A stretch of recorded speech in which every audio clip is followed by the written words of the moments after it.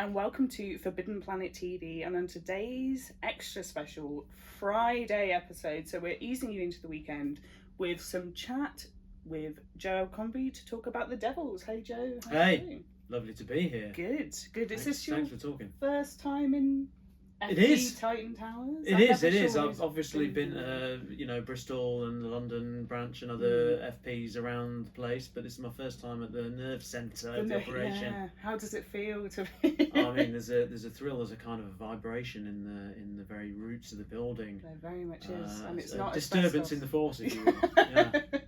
I mean, we've sorted out for many months last year. We had a leak in this room, and kind of like we had like China Mieville and Keanu Reeves and stuff, and you're just like, just ignore the leak. The leak yeah, bucket. Absolutely. It's I'm sure fine. Mieville's seen it all before. Yeah. You know. I mean, he lives in Berlin. He does. He strikes me as a man who lives in rooms with kind of blistered plaster and wallpaper peeling from the walls with activist posters and all kinds of stuff. Yeah, he wouldn't be out of place under those circumstances. Fair. I mean, talking of Death Stranding before, he's very much, he could be in a game like, probably Cyberpunk actually. Yeah, maybe. Maybe. So some sort of weird setting for sure. Yeah, definitely. But we are here to discuss your brand new book. Not China Mieville, no. Not China Mieville. But this. Yes, but absolutely. The Devils. The Devils. So what can you tell us, kind of fairly spoiler-free, about your new book? Well, it sort of takes place in magic-riddled alternate Europe, under constant threat of invasion by man-eating elves. And it follows a set of monsters employed by the 10-year-old Pope to solve those problems the righteous do not have the skill set to tackle.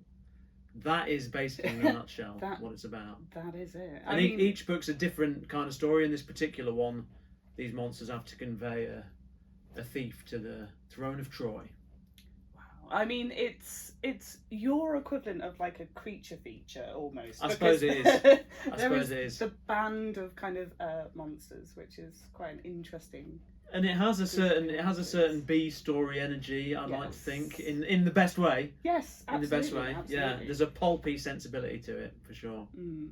And what was it like for you, kind of writing in a new world? Because obviously it's been many years of the First Law, which we have many years, and to kind of, I suppose, go into a new world that you could do anything with it. Like, is that quite kind of overwhelming, or it's exciting and freeing initially, which is sort of the hope, I suppose, or was the hope. As you say, I've worked within the First Law world, not exclusively but mostly in that world for nearly 20 years, and there's a certain weight that builds up. I mean, there's 9 novels and some short stories. There's a lot to draw on and work with, but there's also a lot to keep straight, and the type of book I'd written in that world tended to be quite dense, lots of characters, lots of backstory, lots of relationships to keep straight, lots of politics and history to think about. And so it was very nice to kind of start completely fresh. And with something, the idea was very much for this to be light on the world building to be right in the background, so far in the background that it's almost completely invisible. It's certainly not meticulous in its world building. It's not a book for appendices of lists of kings and things. It's hand to mouth.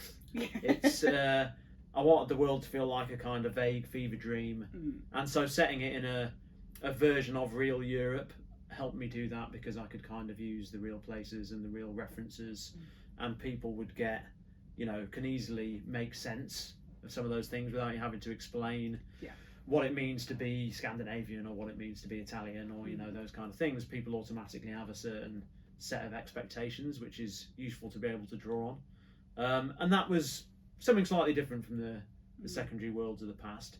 So it was a lot of fun, and then it quickly became a solemn drudge and a massive grind, and will my career collapse as a result of this terrible book that I'm writing, which is what happens every time I write a book in the end. I suppose you want to keep yourself humble. You want to stay humble. I have failed to do that. Or I suppose I'm a combination of brittle ego and constant self-doubt. it's keeping the yin and yang of the writerly kind of career in balance is the key thing. You don't want your ego to run completely wild, but you also don't want the self-doubt to drag you down into the abyss of non-productivity. Yeah. So it's a tricky path. It's a balance. It's a tricky. Yeah. Very much so.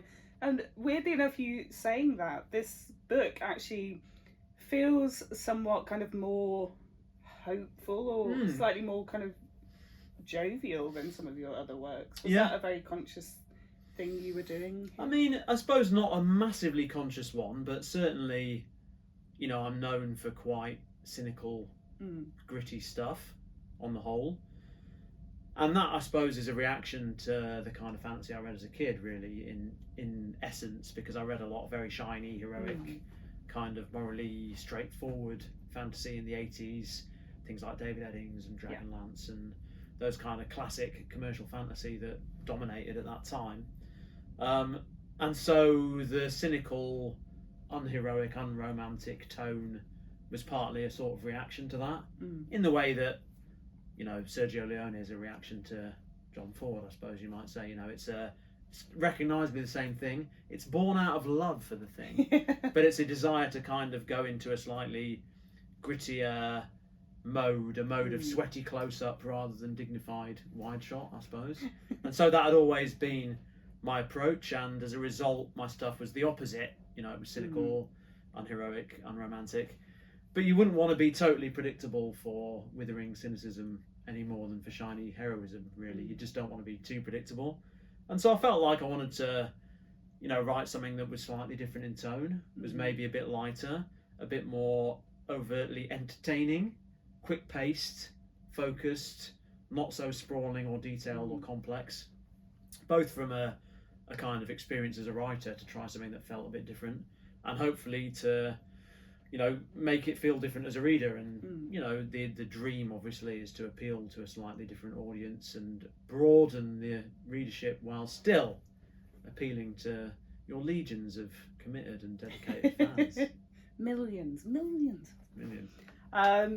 And I suppose it's quite interesting. We were chatting a little while back to Mark Lawrence and kind of saying how his first book, as it stands now, probably wouldn't have been published in how things are today. And I suppose it's that movement of fantasy, epic fantasy, even, you know, the whole kind of grimdark thing has kind of changed and evolved with everything else. So I suppose you have to kind of start. Yeah, you do. I mean, I suppose I don't feel like I've ever written towards a particular market or a particular trend. That always felt like that way madness lies slightly. You're always chasing the wave a little bit if you aim to do that, although I totally understand it. And no one's immune to the zeitgeist and what's going on and what's working and what's happening in the world. All those things drip through. In a way, the grimdark thing, whatever the hell that even is. Oh yeah, so I mean you've got to put a something to sell it on, right? Some tag, some. Yeah, and I mean obviously that happened after the fact. So you know, writers like me, and I suppose Scott Lynch and Pete Brett and Brent Weeks, those guys all got published around the same sort of time, and they're all in different ways, you know, kind of gritty takes on classic epic fantasy, I suppose. And Mark Lawrence, you know, followed up shortly after that, and obviously it was following on from George Martin and the Game of Thrones, which was somewhat in that mould as well, of a more cynical take on the genre. I don't think anyone was thinking to themselves, let's write a grimdark book and start a new wave of a different type of tour. You just write your take together. on. We're all living in an attic, as it were, in a big house in Manchester at that time. I mean, you just end up after the fact. It seems like several people doing the same thing at the same time, and then look in the rearview mirror. It's like, well, that's a certain style and a certain movement, and that encouraged other people to do something similar. And I suppose that came to loosely be called grimdark, although all kinds of people chuck all kinds of things into the box. It's not a terribly useful or meaningful designation, I don't tend to think.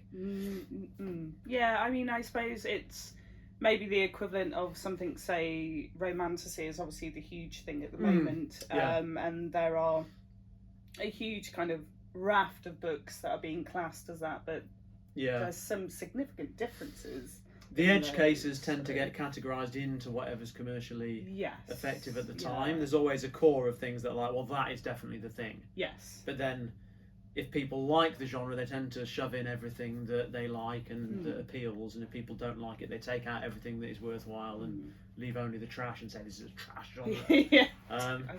So yeah, it's never been terribly useful. But everything's always in flux. I mean, there's obviously, when I first started writing, paranormal romance was a big thing. Yes. So in the 2006, when I was first published, True Blood was a massive deal, and there were lots of things that followed in that, and there was an urban fantasy boom and paranormal romance, a big boom.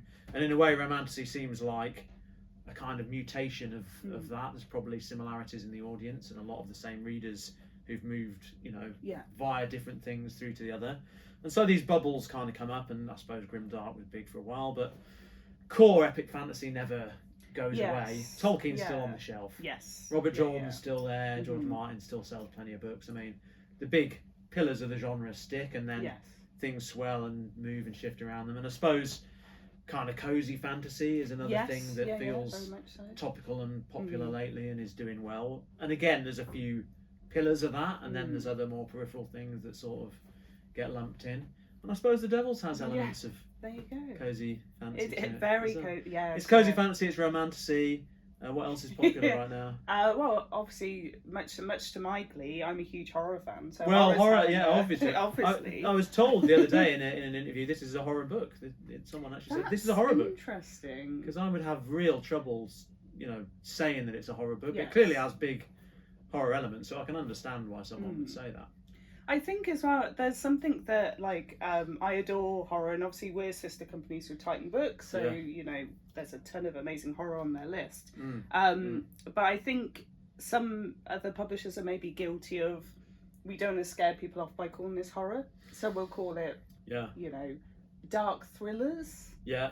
Because there may be some kind of police procedural or some kind of detective element, and you're just like, cowards. Just call it what it is. Well, I mean, going back to the booms, there was obviously the kind of 90s, noughties, huge horror boom, or 80s, maybe even Stephen King and guys of that kind, of James Herbert. These massive, it was Phenom Central, the biggest writers were doing that kind of stuff, and every shop had a giant horror section. And then that sort of collapsed back a little bit, and as you say, now people want to call it something else rather than define everything into horror, but it's all just part of the shifting. It's the shifting definitions and designations as much as it is the actual type of what's out there. But fantasy's so varied now. I mean, going back to the 80s stuff that I read as a kid, it felt very one-noted, a lot of fantasy, certainly what was commercially successful, but now you have all these different styles, different camps of readers all exchanging ideas, and it's core culture. It doesn't seem, subcultural or weird or strange anymore. Marvel has made superheroes absolutely core central culture, popular culture, and Game of Thrones and Lord of the Rings as well. Back in the day when that was came onto film, it felt like it made a big difference. And with Game of Thrones as well, now it feels like it's all just totally acceptable. There's not the same slight ghettoization there might have been at one time.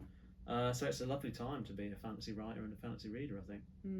And do you think kind of part of the, coming back to kind of the, I suppose, the grimdark kind of era, as it were, do you think part of that was kind of almost anti what had come before? Because if you think about kind of very classic kind of 80s fantasy, it was generally like, good guy is going to be, inherit the throne kind of thing. There was a lot of those very epic, but I suppose very morally right characters. And obviously a lot of your books are kind of more in the grey kind of. More in that morally grey area.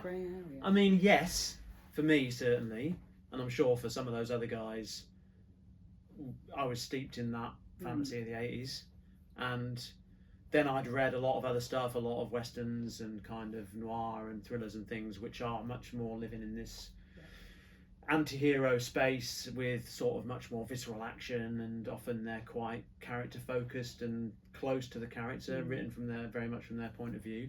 Thinking of writers like James Ellroy and Larry McMurtry and people like that, who were often writing kind of gritty responses to classic westerns and to classic thrillers in a way. They were like contemporary reimaginings. So I suppose it was an attempt to do something similar with fantasy, definitely. But of course, there've always been loads of outliers and different strands. I mean, Sword and Sorcery, I suppose, is the one I think of, which feels like the road not travelled slightly, in kind of, you know, at least at the time in the 80s, Howard, Conan, and Fritz Leiber and writers like that. I suppose Michael Moorcock as well, who'd been writing these pulpier, grittier, unheroic stories about very, you know, morally compromised characters, often very self-serving. You know, Conan as a classic example, he's a guy who does good almost by accident. He's usually just trying to steal something, or drink himself into a stupor, and then gets caught up in some accidental adventure. And so Sword and Sorcery has a lot in common with Grimdark, I think, and it feels like Sword and Sorcery influenced role playing a lot. Because that kind of a small group of petty characters not trying to save the world is what happens whenever you try and play D&D with a group. Generally, you don't end up saving the world on the whole. And so it feels like those books influenced role playing, and role playing influenced the sort of development of epic fantasy into grimdark, if you like. But there's all kinds of different threads and things going on. And whenever people try and boil it all down to kind of simplistic movements and swings of a pendulum, there's always so many outliers, it hardly seems to make sense in the end. We've also kind of seen recently a resurgence of Conan, which is quite interesting to kind of see, because certain characters, I suppose, never count them out, right? There's a period of time where maybe not much was happening with that license, and not much was happening in publishing, but there's still an audience who want those stories. Yeah, I mean, I suppose chiefly as a comic book medium, do you think? Or... and some novelisations and stuff as well. So, It's interesting. I mean, Conan, obviously, nearly a century old now, which is kind of... I mean, that's a long time. It's easy to say, yeah, that's old, and obviously Lord of the Rings has been around a long time as well, but a century feels like, well, this is before the Second World War. It's of a completely different era, and those stories feel there's a sort of a slightly alien quality to them, which is, I think, still quite thrilling, because they feel very unfamiliar compared to a lot of fantasy where we've seen the development and we're used to reading those styles of books. So he remains, a fascinating and a quintessential fantasy character. I mean, it's funny how I think of Fafhrd and the Grey Mouser, right, as another sort of classic sword and sorcery pairing, quite not dissimilar to Conan in many ways. And I love those stories also, but they never quite seem to get this grip. I suppose Conan obviously has the classic adaptations, and Schwarzenegger and Conan are so kind of seen as the same. You know, it's a visualization that has a lot of currency to it. But Conan feels like one that for some reason just has a cultural grip the others have never quite got. And do you think if you ever kind of had to write in IP, would Conan, or would there be any other worlds that you would want to explore? I mean, I'm not sure I'd write fiction with someone else's IP. Yes. Simply because I have a hard time imagining the book I'd rather write than one of my own books. Partly just because you'll always be somewhat in the shadow of the original. You know, so if you wrote Conan, for example, as you were writing Conan stories, you'd always be begging the question, how does this compare to Howard's stuff? And what are you trying to achieve by it? I suppose if I had one stupendous idea and I felt like I had to do it, I might try and pursue it, but generally not. But I do work quite a lot in film and TV of one kind or another these days, and some of that stuff that I've done, I've worked on adapting my own stuff, but I've worked on adapting some other people's stuff too. And so in that context, I enjoy doing it actually. It's a lot of fun, and it feels less fraught than adapting your own stuff, and you feel freer to, when you've written it already, it's hard to reconceive of it and to do things in a new way. You're kind of somewhat trapped by your original concept, whereas it's kind of nice to come in from outside and see something afresh and often I've been working with, you know, the writer of the material, and so between you can kind of find your way to a slightly different take on the material, I suppose, and that is fun. It's also nice to have a collaborative process, yes, you know, because as a novel writer, you spend much of the time on your own, staring into the abyss. It's a lonely business. It can be. Sometimes. It can be. Yeah. Definitely. So with the Devils, and something I particularly loved was a very kind of female focus, and the fact that a lot of the characters, you didn't even kind of, they didn't feel as if, oh, this is like there's a female character for a reason. They felt like they were justly there. They were written kind of so well, especially obviously a female pope. Naturally. Was this kind of, you know, as you were writing the book, did it just kind of make sense? I mean, it was certainly something that is always, you know, at the back of my mind. I wrote the first Law trilogy in the 2000s, and I think without really thinking about it very much, that book is quite a sausage fest of those books. It has been called such. It has a lot of male characters. There's nothing wrong with having books full of men. I mean, that's fine. But the world is not just full of men. Some studies say 50%. 50% female, if you can believe that. So it just feels like, you know, after writing those books and looking back on them and thinking about what to do next, it felt like there were some good female characters in there, but there weren't many.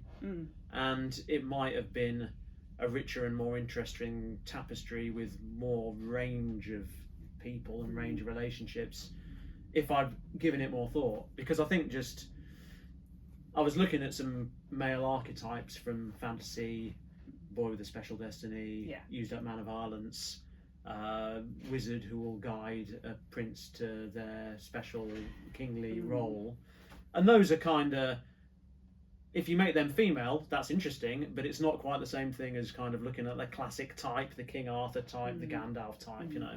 And so I was doing that quite consciously. So I think there's a good reason why a lot of the characters are male, but there was plenty of room to fit other female characters in around, and to make just more of the secondary cast, a bit more range in there. And so these days I just try and ask the question. That's all, you know. What happens if this character's female? What happens if this character's old rather than young? What happens if they're not quite what you expect? You put a smith in a scene, well, a smith is a big burly man with a big beard and an apron, right? But what if it's the smith's wife who's taken over the business when he fell in the forge, and now has become a, you know, brilliant swordsmith in her own right? Those things happen in medieval Europe. It was commonplace. So what does that look like?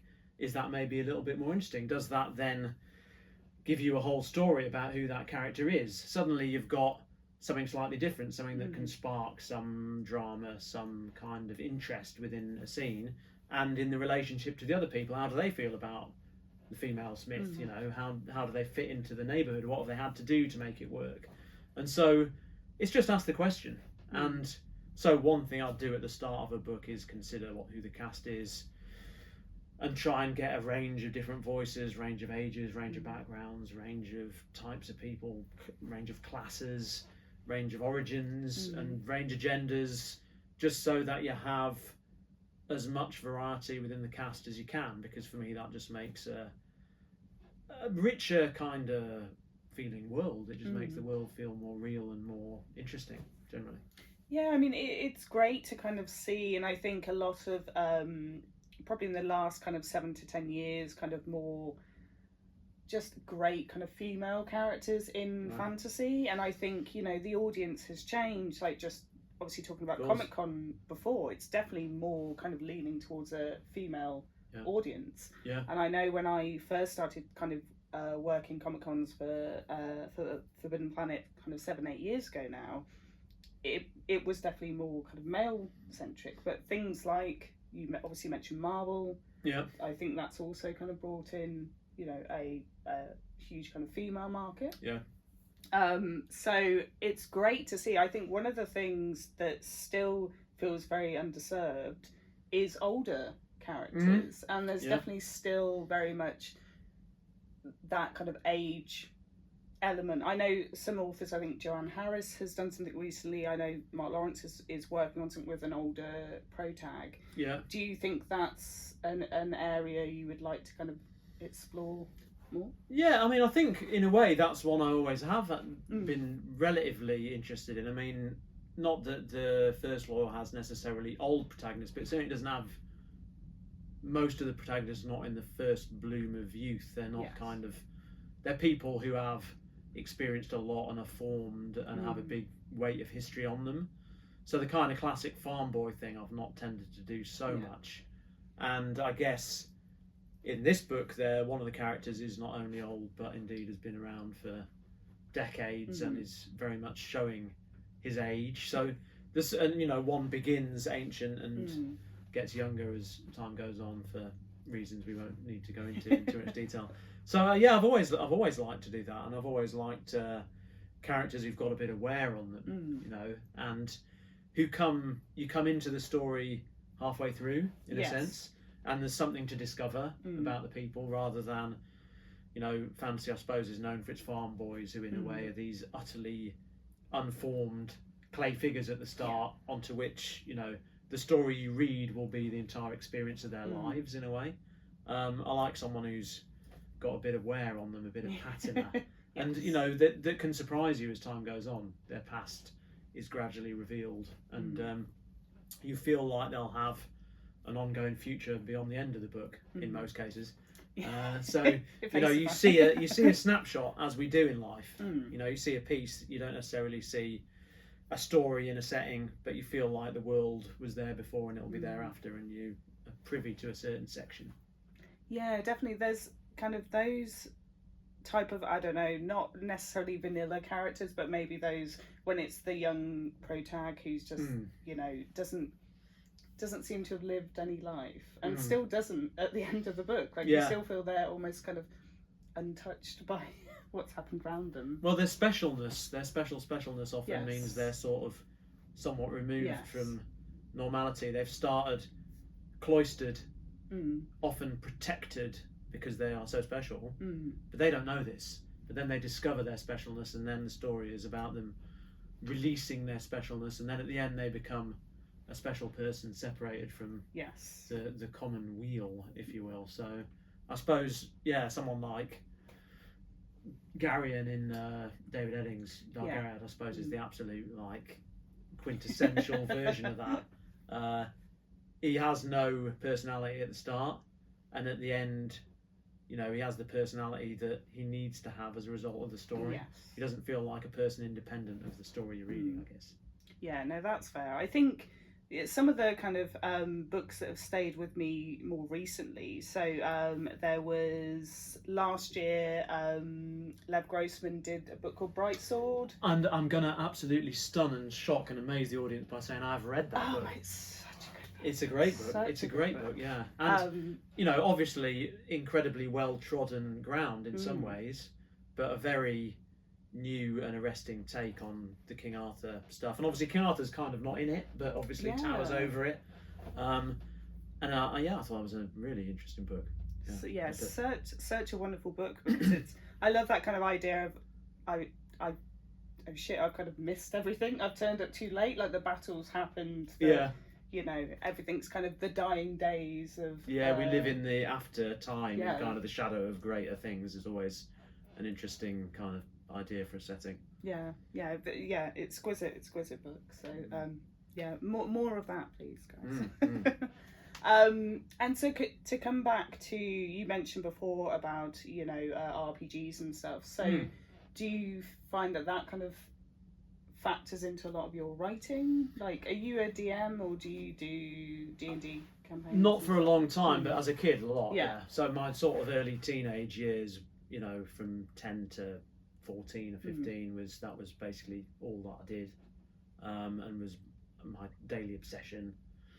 And I used to DM I think Warhammer roleplay. Oh, okay, interesting. And a bit of Middle Earth roleplay, and then we as a group played anything and everything. Paranoia. Not much D&D latterly, actually. A little bit very very early on, but then just all kinds of other things. RuneQuest, Right. like omnivorous for systems, and so that was definitely a big experience growing up. And I, would write modules and I'd draw an awful lot of maps, and I think a lot of the ideas that are kind of the basic world building concepts of the first law definitely go back to that era, and some of the characters, and then the characters kind of grew and became more adult and shifted as I went along. I'd read Lonesome Dove with these used up, weary man of violence at the end of a career, and I'd be like, oh, we use up weird. Oh. So the characters have become, they'd suddenly get 20 years older and they'd have a, much more grit and patina on them, and then you read, James Ellroy's LA Confidential, and there's a character called Bud White who Russell Crowe played in the film, who's this kind of explosive presence, this explosive violent presence, and you kind of think, oh, explosive violence, wow, that's cool. And so you sort of bolt that onto the character, and they gradually develop over time. So I think role playing is not, you need a group, you need that kind of steady group, obviously, to do the tabletop stuff, and I haven't really had that in my, since I was in my 20s, really. So that's not something I do so much, but the video game based version of it, of course, recently things like Baldur's Gate. I was a huge fan of Baldur's Gate 1 and 2 back in the day, so seeing the third one of those come out was very exciting, and was obviously a huge kind of cultural moment in a way that is very unusual for video games, and feels like that game really penetrated the genre in a way that a lot of games barely raise a blip. They're there, but they don't feel like they become part of it, whereas that felt like it was almost written from inside the genre. It felt like it had a lot of understanding of and kind of roots in fantasy as a whole, and it felt like it really summed up the moment in a way. And so, video gaming generally definitely still has an influence on what I do, and is a big thing in my life for sure. What are you playing right now? Right now I'm kind of slightly half-heartedly playing Assassin's Creed. Okay. Which is something that I often do with Assassin's Creed. The new one. The Shadows, yeah. So I don't play them all, but sometimes they come out too often, I find. It's like, if they came out every 5 years, I'd probably be more into them, but because they come out quite frequently, and they're always that kind of iterative, slight change, slight improvement, I probably like them more. As it is, I think I haven't played anything for a while. What's around? Just like, oh. And it's always like, oh yeah, and this one's fantastic looking, and beautifully kind of realised, and there's a lot to admire. But I find the writing a bit doughy in it. Yeah. The Valhalla was better for the writing. Felt had a bit more zing. This one feels a bit flat to me, but it's still fun, I guess. Good to do. Still enjoyable enough. Still enjoyable. Still get through an hour or two of that before bed. That's the problem I find. Like, sometimes you're just like, oh, I'll play a couple of hours, like, had dinner, blah, blah, blah, and then you're just like, oh god, it's like 1 o'clock, I'm halfway through a dungeon. I had this weird thing. I play a huge amount of JRPGs in particular, and I never like to leave parties in dungeons. So I like to either finish a dungeon and be back like in town. Can't leave them here. Yeah. Even if it's going to take me 2 hours to have you played Claire Obscure? We got that to play next. I'm finishing off Metaphor ReFantasio at the moment, which is amazing. Made by Atlas, who did all the Persona games and the SMT games. Luke at the moment is playing the Oblivion remaster. Oh yeah, no, I saw that was there, and I had this vague pang of, oh yeah, that was a moment. It's as janky as it ever was. Should I boot that up? And then I thought, do you know what? That's a memory probably just better left in the cupboard. I think, it definitely kind of has its charm to it, but I don't think they've left a lot of the bugs in, so like your legs will disappear, or your horse has disappeared, or there's even like a very famous voiceover where the voice actress who's doing the voiceover actually asks to retake it. Oh, and they left it in. They left it in. So I don't know, laziness or charm. Well, I suppose the essence of that is nostalgia, so it would sort of be weird if they tried to file the rough edges off it in a way. Yeah, I suppose. And with those games, it's always been the kind of silly emergent stuff that happens as a result of the bugs and just the weird stuff no one would ever anticipate. Yeah, that's what is kind of the fun of it, isn't it? The sort of interaction with the world and where the edges of the world are, and how when you push at the edges, the weird stuff that happens no one ever anticipated. Yes. Yeah, so I suppose that's the fun. So coming towards the end of the interview, so what are you working on next? Because I know obviously you've got your US tour and stuff, so you've got a couple of weeks of not working but touring and stuff, which is a whole other mindset. It is, and it's you'd think, you're on trains and planes and in airports. Sometimes I really enjoy those kind of things. But when you're touring, you get in this kind of weird liminal space where it's quite hard to get your head into the game for writing new stuff. So, I mean, I'm hoping to make some progress, but I'm not counting on it. But I'm writing the second book, the sequel to the Devils, I suppose. And I'm most of the way through a first draft. I'm getting quite close to the end, which is nice, because generally it's when I get to the end of a first draft that I feel like, okay, I can see the task now. Yeah. The task of making this mess into something more like what I want. So I can see what needs to be done. It's the middle of the first draft where I feel like, oh my God, I've wandered off into the bog from where there's, never going to be any return. So it's starting to come together now, that book, which is always what happens. And hopefully now I can get that tidied up and edited by the end of the year. Okay. That's the hope. Is it going to be 2026? The current idea is if I can deliver an edited manuscript end of the year, then hopefully September kind of time. Cool. Yeah, 2026. If I miss the end of the year, it probably then misses. Yes. Because you never want to release around Christmas kind of time when all the cookbooks and everything will force you off the shelves. So yeah, you're competing with some weird and wonderful things. Some weird and wonderful and hugely successful things. So you probably want to shift back into a good 6 months, and then they'd probably end up being May again and make it a 2-year thing. You wouldn't want to be any longer than that, but that I think is fine. So hopefully though September we'll make that. Yeah. And even weirdly enough, even kind of January used to be almost like a dead month in publishing because it's all like New Year and all that kind of BS. Yeah. So therefore nothing of interest would normally kind of publish. Yeah. But in the last couple of years, we obviously had Brandon Sanderson last year, published. He sells some books, I understand. He does sell some books, and Sarah J. Maas the year. She too sells some books, I understand. So yeah, but if they can do January. Well, I mean, I suppose there's always this thing of, well, do you kind of compete in the big times like summer and Christmas where lots of people are buying books, but lots of people are releasing books for that very reason? Or do you try and make a month your month? This is the month of Samson. So, I mean, maybe, the path is you try and release, in the quiet parts of the year first, then you join the Christmas crowd and hope to rise to the top, and finally you emerge as... I now shall own spring. I guess that's Sarah J. Maas's territory. Yeah. I mean, she does some stuff. So. She does some units. She does without some doubt. units. And in the epic space, we get very used to talking about George Martin and Brandon and all these, who obviously do amazingly well. But I mean, the kind of romantasy space has just become a whole different level of success. I mean, it's crazy. Fourth Wing and how those books done is just amazing. Yeah, it's humongous. I mean, we had Rebecca Yaros in when she was last in the UK, and it was very much we'll list signed stock, and this was before everything kind of kicked off. And it suddenly went from 100 pre-orders to 500 pre-orders to 1,000, and I was just like, what's happening? We are not prepared. So yeah, it's crazy to you just get one innocent TikTok or something, and suddenly everything's on fire. So, fingers crossed. That's all you need.